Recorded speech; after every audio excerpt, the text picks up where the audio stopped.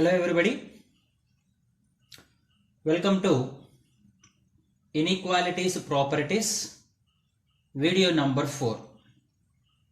In the last video we discussed about the properties of inequalities up to property number 8, and still 2 more properties are left that we are going to discuss now. So look at the property number 9. What happens when an inequality squaring on both sides?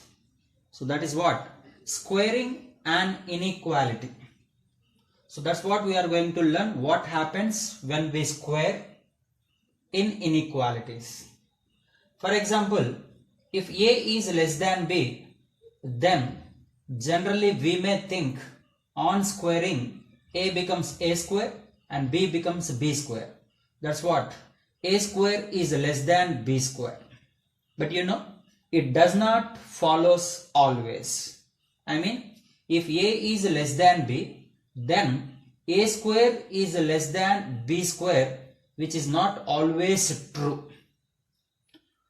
Look at the example here. For example, 2 is less than 3. Right, ma'am? Now on squaring, 2 becomes 4 and 3 becomes 9. 2 square is 4, 3 square is 9. Now, of course, 4 is less than 9, isn't it? I mean, A is less than B. Yeah, A square is less than B square, which is holds here. But look at me in this case. Now, the numbers are minus 4 and 3. One is A and one is B. Now obviously A is less than B even here also.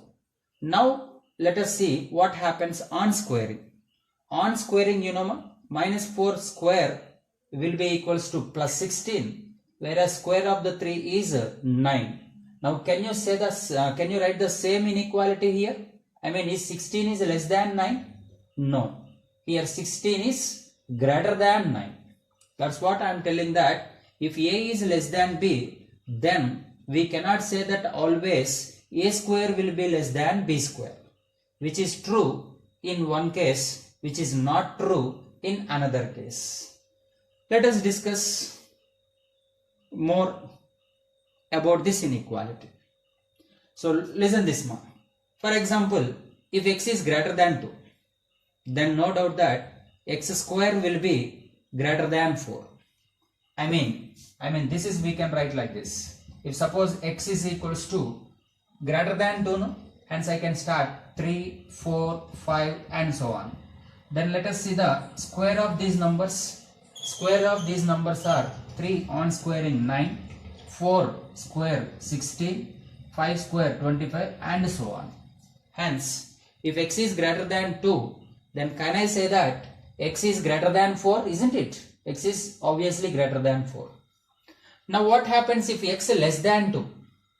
When x is less than 2, we cannot write that same as x square is less than 4. That's what I can say, you know. X square is greater than or equals to 0 when x is less than 2. So this is also you can understand when you go with an example. So here the values are less than 2, isn't it? So when it is less than 2, do one thing. Just consider few numbers. For example, minus 3, minus 2, minus 1, 0, 1. These are the things, isn't it? Some values. Now let us see squaring on these numbers. On squaring, see, this is 9, square of minus 2, square of minus 2, which is 4, and square of minus 1, 1, square of 0 is 0, and square of 1 is 1, and so on, of course, up to 1, because only less than 2, no? Right. Now, if you observe these values, listen me, are you getting any negative values now? But x is negative, no doubt. Because of less than 2, there are infinitely many number of negative values. Actually here, before I can consider some so on, x is equals to, isn't it? There are infinitely many negative numbers. But on squaring, you know, all these negative numbers are becoming into positive numbers. And even minus 1 becoming into positive 1. Even 0 is on squaring 0, no doubt. Even 1 is also 1. Now from this, the least value is 0. The least value is 0 and rest of them can be infinity. Because here within this negative set, I can consider many things. If suppose x is minus 100, then x square is 100 positive. So that's what the least value is 0. That's what I can say that x is either is equals to 0. I mean x square is either is equals to 0 or more than 0. So please listen this. This is straight, very simple. When x is greater than 2, everybody can expect that x square will be greater than 4 with the example. Now this is you need to understand more. That's what when x is less than 2, then we cannot say that x square is less than 4. That's why I told you this inequality does not follows always. So this is the thing, x square is greater than or equals to 0. Now the same way can discuss in this manner. For example, if x is 2 to 4, then on squaring 2 to 4, then on squaring this is x square lies between 4 to 16. So directly. Okay. But whereas if x is lies between minus 2 to 4, you know these numbers, especially the numbers which are greater than minus 2, then on squaring these set of values are becoming into positive, isn't it? So that's why when x is lies between minus 2 to 4, then x square is, see all these negative numbers on squaring becoming positive now. Hence the least value could be here 0 and the highest can be 16. Hence I can say that 0 less than or equals to x square less than 16. Right? So these are the three cases. You need to observe it properly. When x is less than 2, and of course fourth case also. When x is more than 2, when x is less than 2, when x lies between 2 to 4, even from minus 2 to 4. So finally I can say in this manner. Than this I can say in this manner. That is when a less than b, in fact which is a square is less than b square, follows only when absolute value of small a is less than the absolute value of small b. So this relation, that is when a less than b, a square is less than b square only when absolute value of small a is less than the absolute value of b. Otherwise distance of small a from 0 is less than the distance of small b from 0 on a number line. Okay.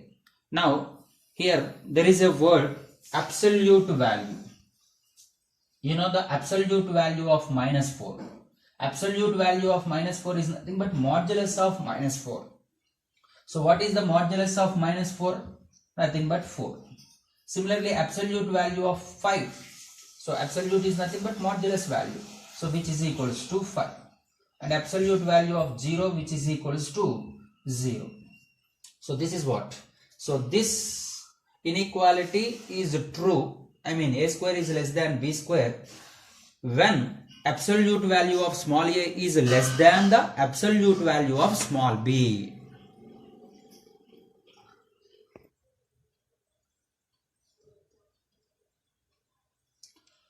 Property number 10. Law of reciprocal. Law of reciprocal. See the thing, if both sides of inequality have same sign, okay, while taking its reciprocal, the sign of inequality gets reversed. The sign of inequality gets reversed when if both sides of inequality having same sign. That is, look at me here, a greater than b greater than 0. I mean a is greater than b and moreover both are greater than zeros. I think here a comma b both are positives. Then you know, after taking the reciprocal, the inequality in between them is getting reversed. I mean 1 by a is less than 1 by b. But you know here a is greater than b But when you go for its reciprocals, 1 by a is less than 1 by b because both sides of the inequality is having same signs. Both are having same signs. In the same manner, look at the second condition. First one, both are positive. Both are greater than 0. Then 1 by a is less than 1 by b. Now this time a is less than b and b is less than 0. Means both a comma b are less than 0. Then they are negatives. Okay. So even though both are having same signs, then 1 by a is greater than 1 by b. That is, once again the sign in between them is going to be changed since both sides of the inequality is having the same signs. So that's what you can go with an example. Can understand with an example, that is, let us consider 2 comma 3. First case, 2 comma 3 both are greater than 0. That implies 1 by 2 and 1 by 3. Their reciprocals are 1 by 2 and 1 by 3. You know 1 by 2 is nothing but 0.5 and 1 by 3 is 0.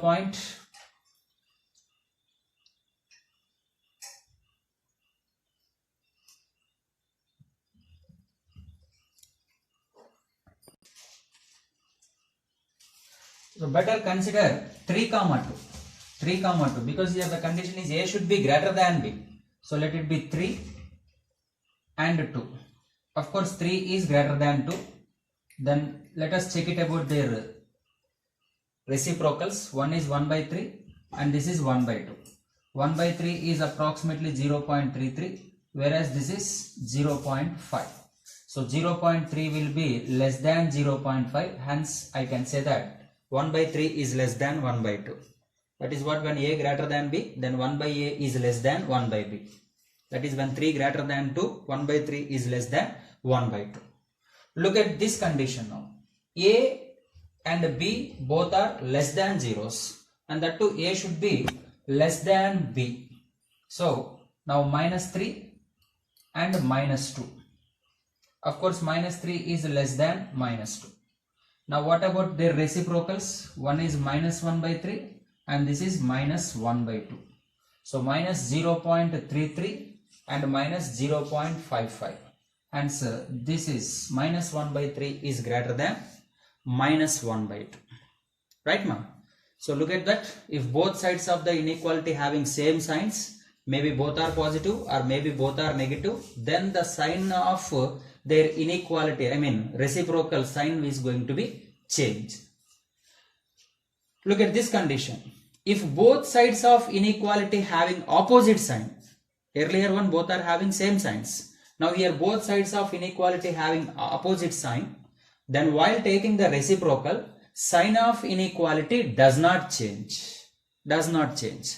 So this is what, a less than 0 less than b. So clearly a is less than b, less than 0, and b is greater than 0. I mean a is negative and b is positive. That's what, both are having opposite signs. Then inequality, the sign between the reciprocals, there is no change. That is 1 by a is less than 1 by b. So this is last but not least, that is property number 10.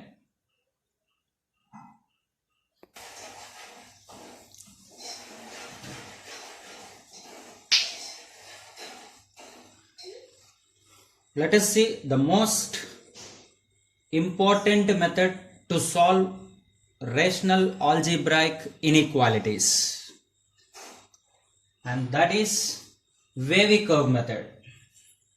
This is very important method which will be helping us while solving a rational algebraic inequality. So first, look at here. What is a wavy curve method? See, an expression of the form p of x by q of x, where both p of x and q of x represent algebraic polynomials, is called a rational algebraic expression.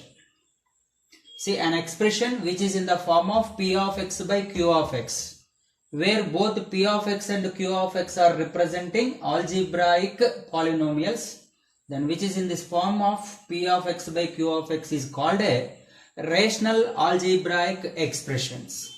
Hence, this is the method, wavy curve method, which will be used to solve rational algebraic inequalities. For example, look at this, all these, both the numerator and the denominator are the polynomials, and moreover, every expression is in the form of p of x by q of x. Hence, this type of expressions can be solved with the help of wavy curve method. Now, in order to solve inequalities of the form p of x by q of x greater than or equals to 0, maybe less than or equals to 0, if it is greater than 0, and if it is less than 0. So, the inequalities of these forms, to solve, we use the following method. That is, first let us consider the given algebraic expression, that is p of x by q of x, as some f of x. As some f of x. Now look at the wavy curve method. It is dealing with just 4 steps. Only 4 steps. That is step number 1. First of all, factorize p of x and q of x into linear factors. That is, for example, this is the question. So both are linear. First of all, both numerator and denominator we need to factorize into linear factors. Okay. What is step 2? Identify the zeros of every factor and mark them on number line in increasing order. Okay. Now step number 3. Mark the extreme right hand side of the interval as plus, and then from right to left each interval as alternate by minus and plus. And finally step number 4, that is, if we require the solution of f of x is greater than 0, hence this is the union of all the intervals having plus sign, and the solution of f of x is less than 0 is nothing but union of all intervals having minus sign. So, which we already know that we deal with scheme of sign, that is sign scheme, right? Now, in order to understand this method, what is step 1, step 2, step 3 and step 4, let us solve one example problem so that we can easily understand this method.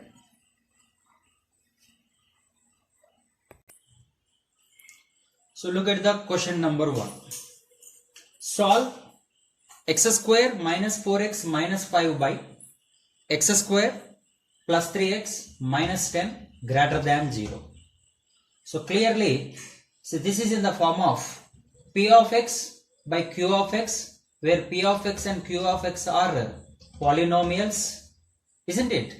Hence it is a, no doubt that, a rational algebraic expression first of all.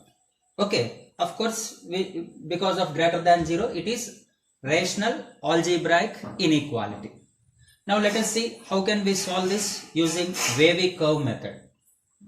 Step number 1, factorize both numerator and denominator into linear factors. Yeah, numerator and denominator both are quadratic, so we need to factorize. Here I wrote directly what are the factors. Okay, you all know how to factorize them. So these are the factors of numerator and these are the factors of denominator. And now step number 2, identify the zeros of every factor and mark them on the number line. See, every factor on equating to 0, x minus 5 is equals to 0, then x is equals to 5. When you equate x plus 1 is equals to 0, then we get x value is minus 1. And similarly here the value of x is minus 5 and here it is 2. So that is what identify the zero of every linear factor. Okay, and also arrange them on the number line in ascending order, I mean increasing order. Okay, therefore now in increasing order, we need to locate on the number line. -5, -1, 2, 5. Small number to big number within these zeros. Okay. And now look at me. Step number 3, this is actually. Mark the extreme RHS, right hand side interval, as positive. So, extreme right to me. This is right to me, no? So, mark this as positive.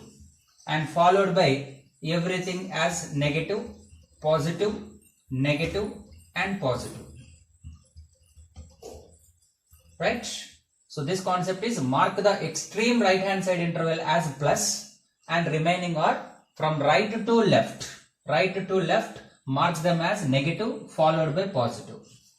Now, to know the solution of f of x greater than 0, if it is greater than 0, no. So, just identify where it is positive. This is the positive, this is also positive and here it is also positive. Therefore, x belongs to, directly I want to write the solution, x belongs to union of all these intervals.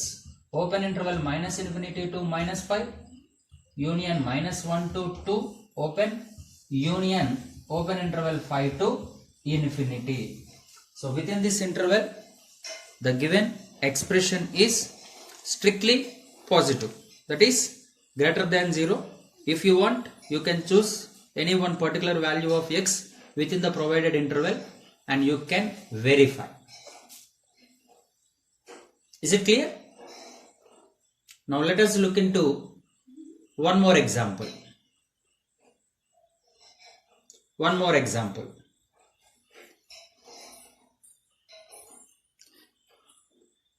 If not, just change the sign. Instead of greater than 0, now suppose the question is less than 0. Now less than 0. So same steps, factorization, identify the zeros, locate it on number line in ascending order. Now we need to check it where they are negative. Where they are negative. See, this is one of the negative region. This is one more region. Hence x belongs to open interval -5, -1, union open interval 2, 5. So we required here second one, that is where it is negative, less than 0. This is the required one.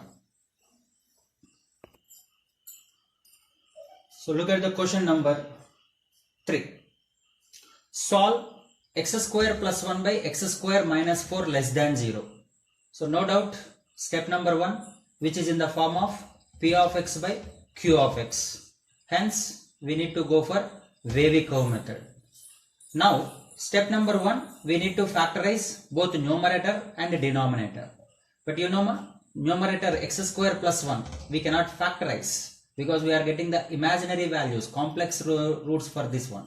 Okay, then do one thing that, but one thing I can know that x square plus 1 is always positive. Can I write that x square plus 1 is always greater than 0? Because this is already perfect square, positive.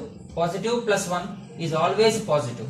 So here what I did, you know, so both sides, let me want to divide with x square plus 1. Both sides I need to divide with x square plus 1.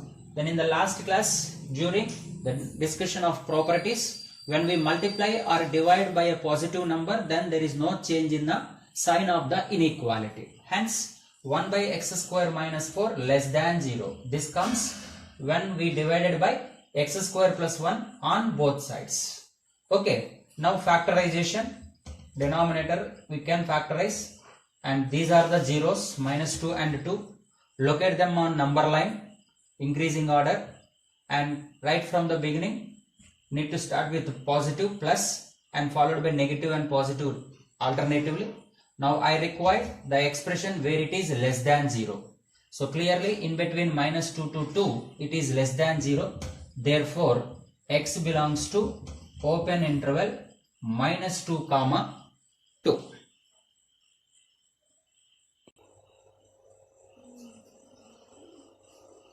So very important problem this is. Let us see. Solve x minus 2 into x plus 3 by x minus 1 whole square greater than or equals to 0. So as per the wavy curve method, step number 1, that is we need to convert into linear factors. Of course it is already converted.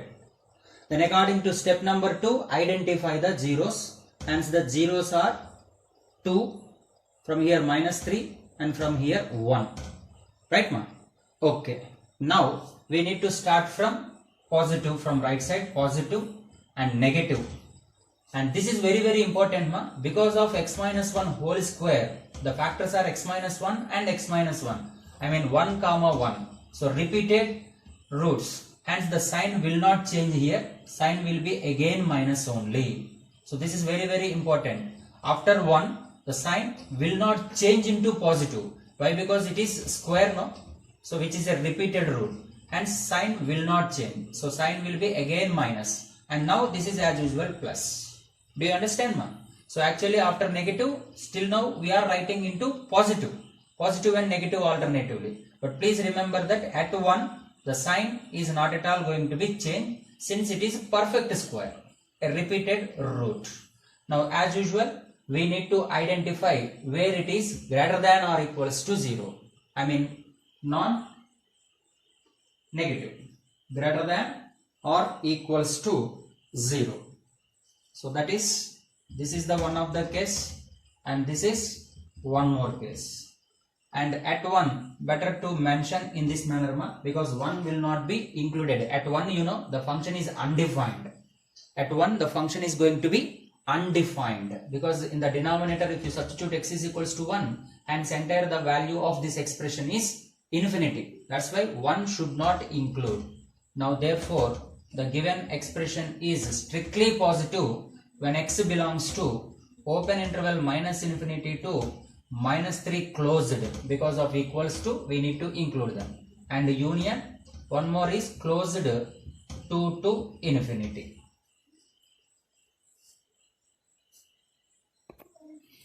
In the next video, we will solve few more problems related to this concept. Thank you, students. Thank you for watching this video.